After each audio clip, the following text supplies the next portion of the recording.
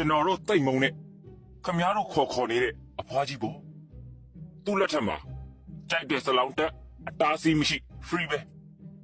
ကြိုက်တဲ့ channel ကိုဖွင့် NLD ကိုဖောင်းထုတ်တဲ့ရောမင်းကြီးဆိုတဲ့စကားဝိုင်းကိုအတန်ကုန်ဖွင့်ကြည့်အကုန်အေးဆေးပဲစေုံတက်အခမဲ့ကာကွယ်ဆေးထိုးအခမဲ့ပညာသင်စရိတ်အခမဲ့တရင်ကောင်းကန်ဆာကာကွယ်ဆေးအခမဲ့အသက်မွေးပညာအတက်တင်ကြောင်းအခမဲ့လာစဉ်ထောက်ပံ့ကြီးတောင်ပေးလိုက်သေးတယ်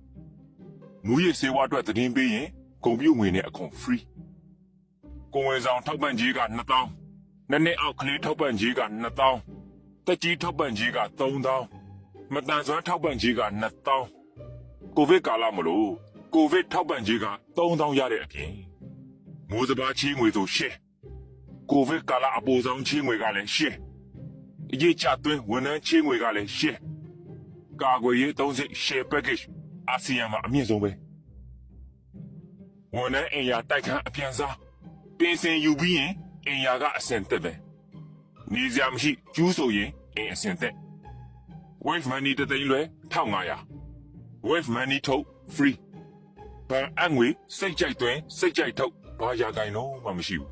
ဘာဝန်ထမ်းကမှလည်းဖားရနေစရာမလိုဘူးကျောက်တလုံး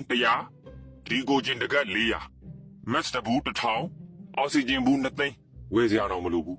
အောက်ဆီဂျင်အခမဲ့ပါဒေါ်လာဈေး1350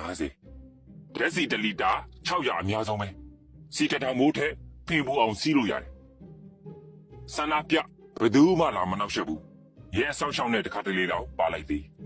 ဝါသနာကြည့်ရင်ကြိုက်ရတက်ပြော free ပဲကျွန်တော်တို့တက်ထောက်ခံသူတွေဆို NLD လက်ထက်ကာလမှာစေမော်တက်ပြီးတက်ဆဲလိုက်သေးတယ်မလား